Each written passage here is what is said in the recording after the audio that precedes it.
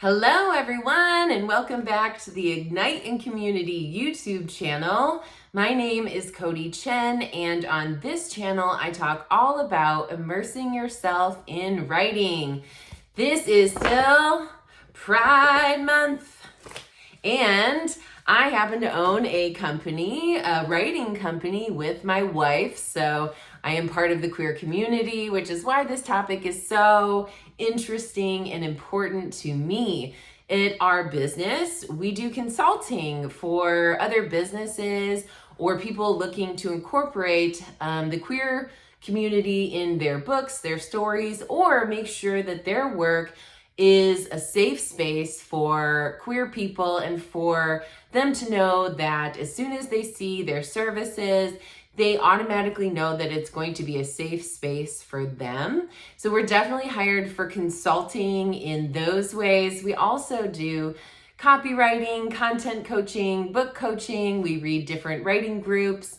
We do editing. All of your writing needs, definitely give us a check out at www.heartworksw.com. Follow us on social at Heartworks Writing, and me personally at Codi Elizabeth. So, number one, I said this at the beginning of the other video, and I would like to just reiterate that I am not here to try to change someone's mind about how they feel about the queer community. I have no interest in debating anyone or arguing with anyone, so I won't be responding to anything like that. What I am trying to do is, once I just, talk to different people in the community, different writers, different business owners, why they struggle to really represent the queer community in their writing is that they are often afraid to make mistakes, to be canceled out because they have massively offended a really important group of people. So I just want to say though that shouldn't hinder people from being represented as a whole. And I wanted to really show you how human we are and how easy it can be to incorporate this community into your own art so that it is easy and it's celebrated and you're doing things that you feel confident that you are not going to really mess up and hurt a lot of people's feelings. So the last video I went through and talked about the LGBTQIA+ acronym and really went through and explained what all of those meant. And in this video, I want to talk about some stereotypes. And I want to also talk about pronouns because some of these things can be confusing. They're new to people, and that's okay. So this is a nice safe space for you to be able to discover a little bit more about this queer community. So the first thing that I want to say is if you're thinking about writing a queer character, my best advice is write your character and then just make them happen to date someone of the same sex or something like that. So say you're writing a typical cisgendered female role, but instead of giving her a boyfriend, you give her a girlfriend. And that's it. It can be that simple, and it can make all the difference in someone else's life. I was a huge reader growing up. I never really got to read anything that represented queer characters, especially in the 90s or early 2000s when I was in grade school and high school. So as of course times are getting better and people are really being more inclusive, it's just great to see more and more and more of that happening. So what I would say is if you want to write a character, just write the character because we are normal people. I can't really stress that enough. I have the same concerns that you do, maybe a couple extra, if I introduce someone to my spouse and I say, this is my wife, they automatically know that I'm part of the queer community and I'm really being vulnerable and putting myself out there and really hoping and trusting that this person isn't going to tell me all their adverse opinions on my literal life or put me in physical harm, right? So those are some concerning things, but like also I have the same concerns as everyone else. Like, you know, more money, more, you know, financial freedom and you know, time freedom. I have a job, I run a business, you know, body image issues. All these things are very normal for everyone, including queer people. So I would really say just write a character as you are imagining them and know them to be, and then kind of happen to do it this way.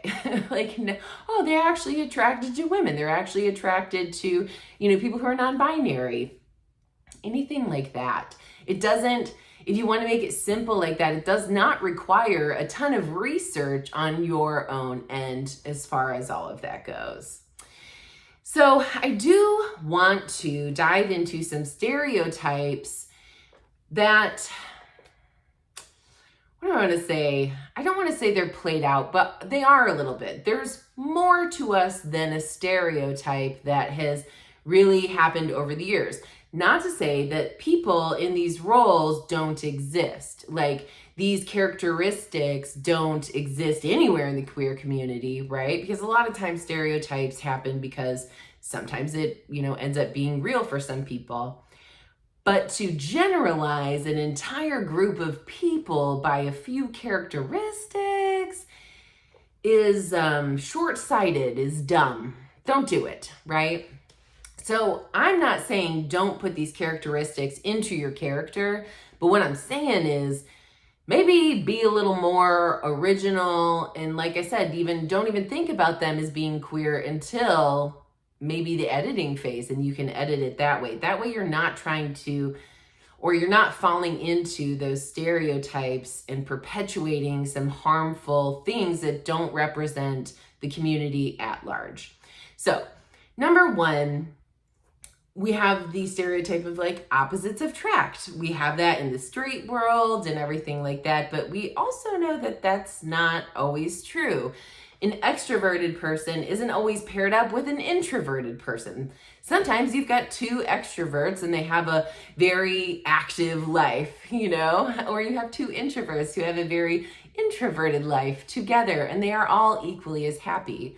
It goes the same for queer people, but a lot of times what people want to do is focus on physical appearance.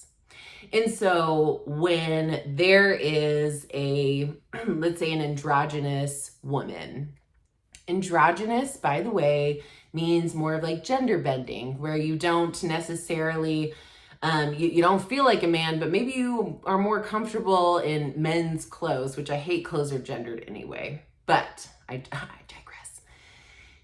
If you're more comfortable in, you know, the short hair and the tattoos, like think Ruby Rose, she can be very androgynous, right?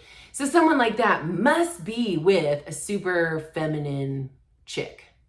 That's not true, right? When you see two androgynous or more masculine presenting women together, some people question it or make fun of it or don't understand how it can happen. But like, it doesn't really matter.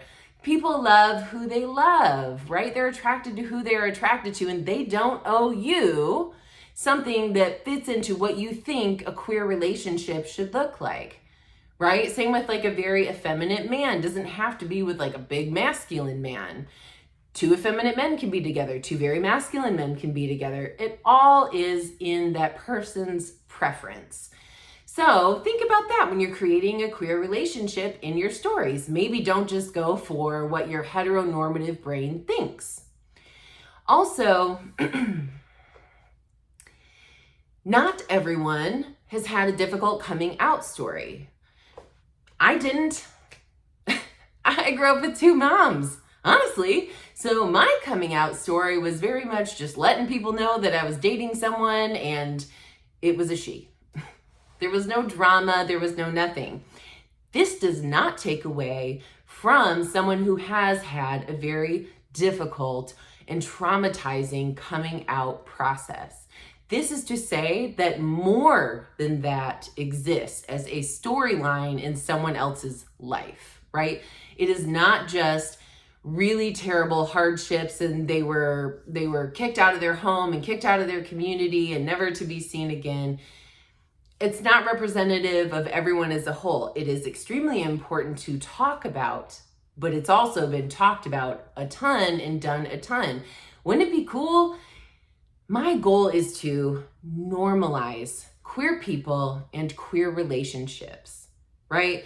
So I talk about my wife. My wife does this, my wife does that. Even when I feel nervous to tell someone because I don't know how they're going to react to this news, but I still want this to be normalized. So the fact that I want someday for someone to say my wife and have literally no thought or fear in their body whatsoever. So I just want to let you know that not everyone has that traumatizing coming out story. Also, people tend to really focus on sex when it comes to writing about queer people and queer relationships. We are more than just sex, right? Like I can find some people who wrote a lot about being queer, or like, let's talk about queer fiction, right? So many of it, or so much of it falls into the erotic category because it's all so very focused on sex. But like, come on, we are more than just sex, please, right? Business owners, daughters, mothers, sons, cousins, like we have way more to us than just what's going on in the bedroom now and then. So, talking to my other like queer people, this is one of the things that we talk about is like, it's not bad to mention sex, but like stop making it all about the sex. Like it's just so much more than that. We build lives together. I have a life with a partner that's very interesting and all about travel and innovation, right? That to me is so much more interesting than just what's happening in our bedroom.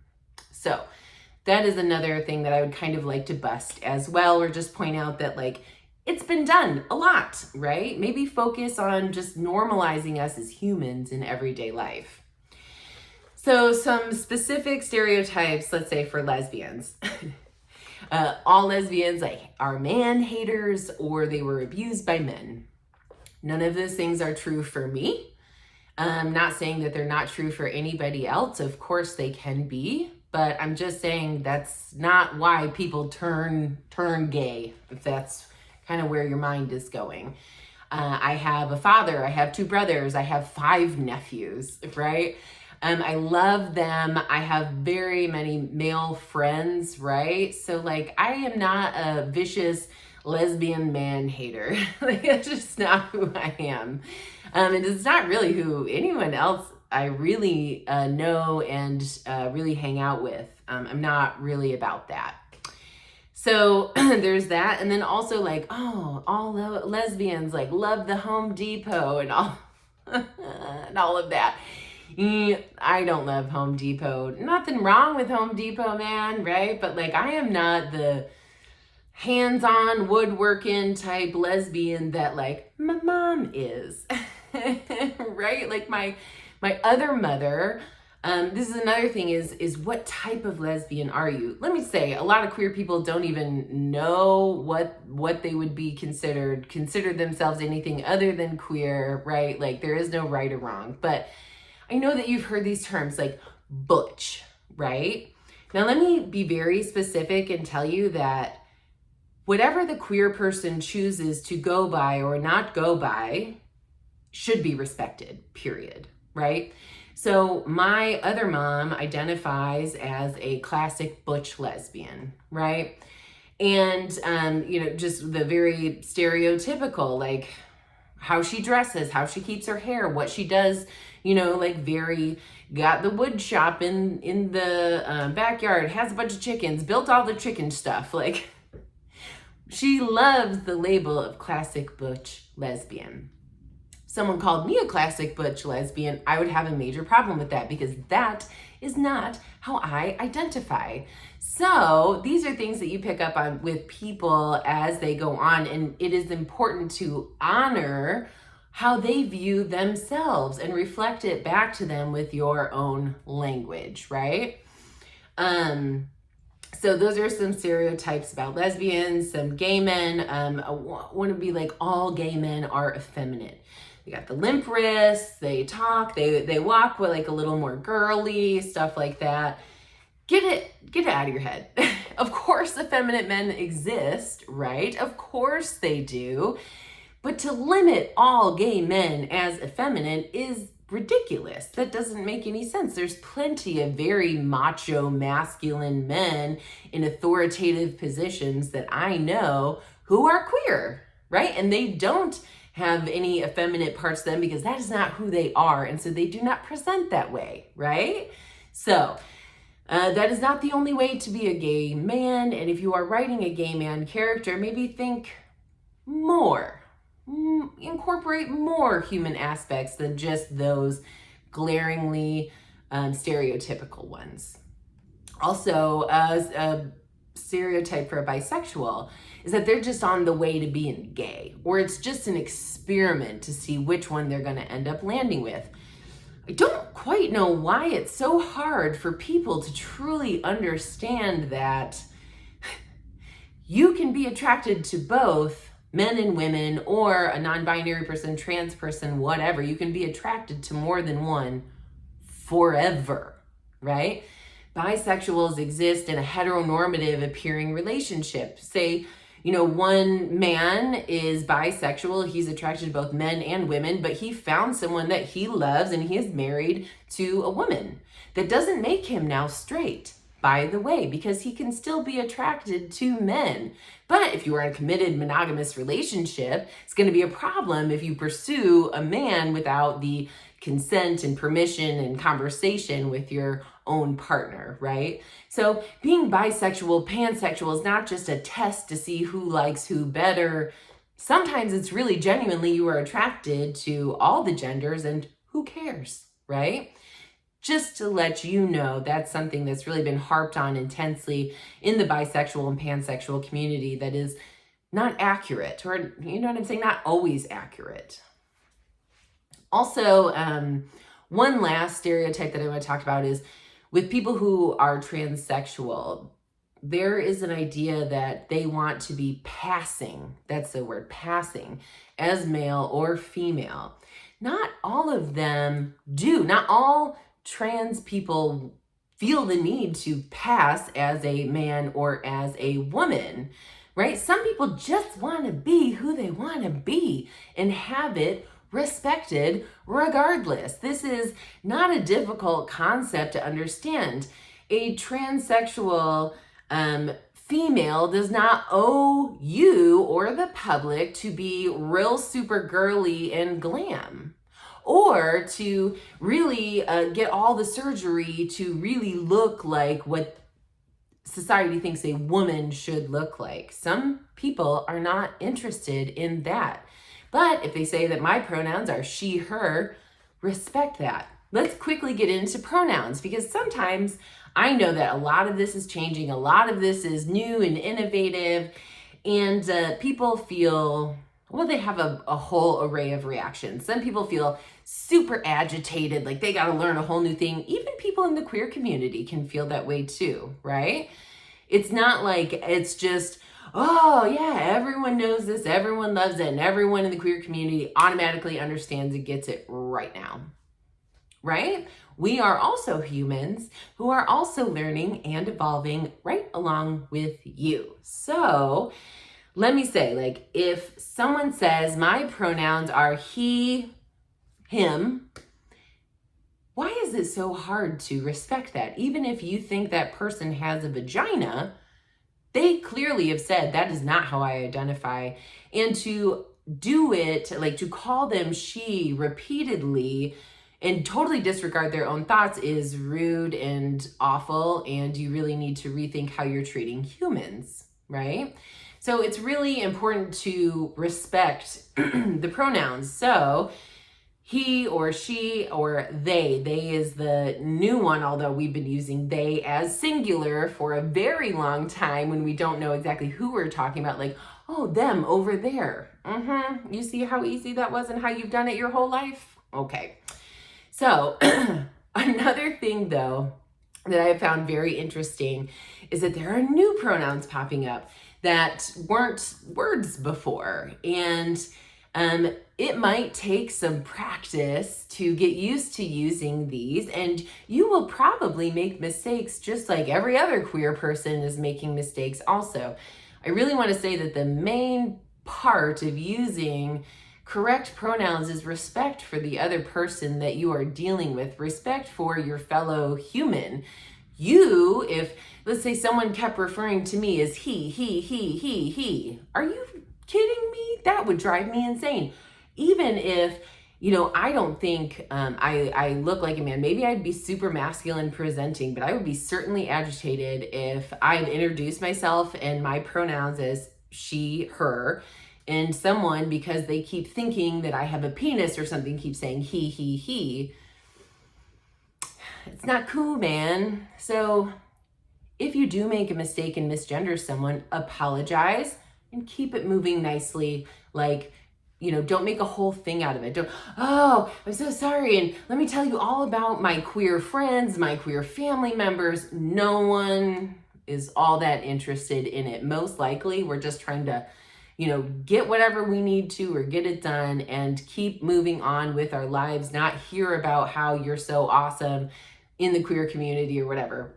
We thank you for it, but also we just want to move on with our lives, right? And so that's why pronouns are really important. Here's something that I really, before we wrap up here, I want to say I would love to see a book where there are no gender identifying pronouns whatsoever. If someone just used they, them pronouns or the other pronouns available that aren't specifically gendered. So there's Z, C, A, V, te, the letter E, like there's all these different things that even are very new to me. But if someone says, my pronouns are te, I'm going to do my very best to refer to you as that outside of your name. Okay? So I would love to see a book or something. So if you know of one, share it with me where there are no gender identifying pronouns anywhere.